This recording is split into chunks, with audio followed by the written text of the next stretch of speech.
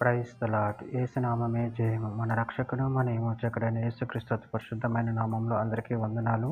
చిన్న ప్రార్థన ద్వారా ఈ రాత్రికాల వాక్య భాగం ధ్యానించుకుందాము. పరిశుద్ధ మహాగణుడైన దేవ యేసయ్య, సర్వాధికారినైనా మీకే వేలాది వందనములు, కృతజ్ఞత స్తుతి స్తోత్రం చెల్లించుకుంటున్నాను దేవ రాత్రికాల సమయంలో ప్రభు వాక్య భాగం ధ్యానిస్తుండగా వాక్య భాగం అర్థమవుట్లు సహాయం చేసి మీ కృపలో బలపరిచి మీకు మాదిరిగా మమ్మల్ని నడిపించమని ఈ చిన్న ప్రార్థన యేసు నామంలో అడిగి వేడుకుంటున్నాను తండ్రి. Amen amen. యాకోబు రాసిన పత్రిక 2వ అధ్యాయము 19వ వచనము.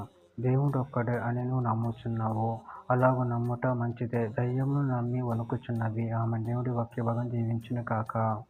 ప్రభునందు ప్రియులారా, ఇక్కడ వాక్య భాగంలో గమనించినట్లయితే దేవుడు ఒక్కడే అని నువ్వు నమ్ముచున్నావు, అలాగూ నమ్ముట మంచిదే. దయ్యములు నమ్మి వణుకుచున్నవి.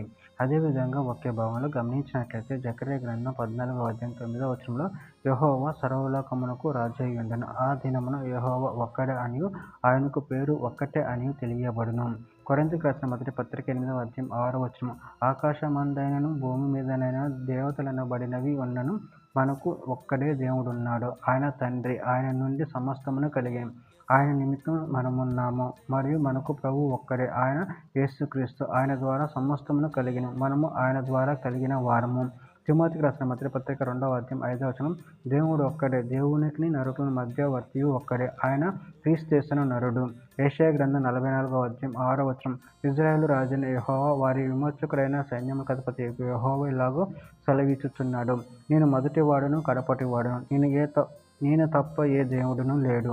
ఎఫెసీయులకు రాసిన పత్రిక 4వ అధ్యాయం 5-6 వచనంలో ప్రభువు ఒక్కడే, విశ్వాసం ఒకటే, బాప్తిజం ఒకటే, అందరికీ తండ్రి అయిన దేవుడు ఒక్కడే, ఆయన అందరికీ పైగా ఉన్నవాడే, అందరిలోని వ్యాపించి అందరిలో ఉన్నాడు. యెషయా గ్రంథం 43వ అధ్యాయం 10వ వచనం. మీరు తెలుసుకుని నన్ను నమ్మి నేనే ఆయనను గ్రహించినట్లు మీరు నేను ఏర్పరచుకుని నా సేవకుడు నాకు సాక్షులు. నాకు ముందుగా ఏ దేవుడును నిర్మింపబడలేదు, నా తర్వాత ఏ దేవుడు నుండడు.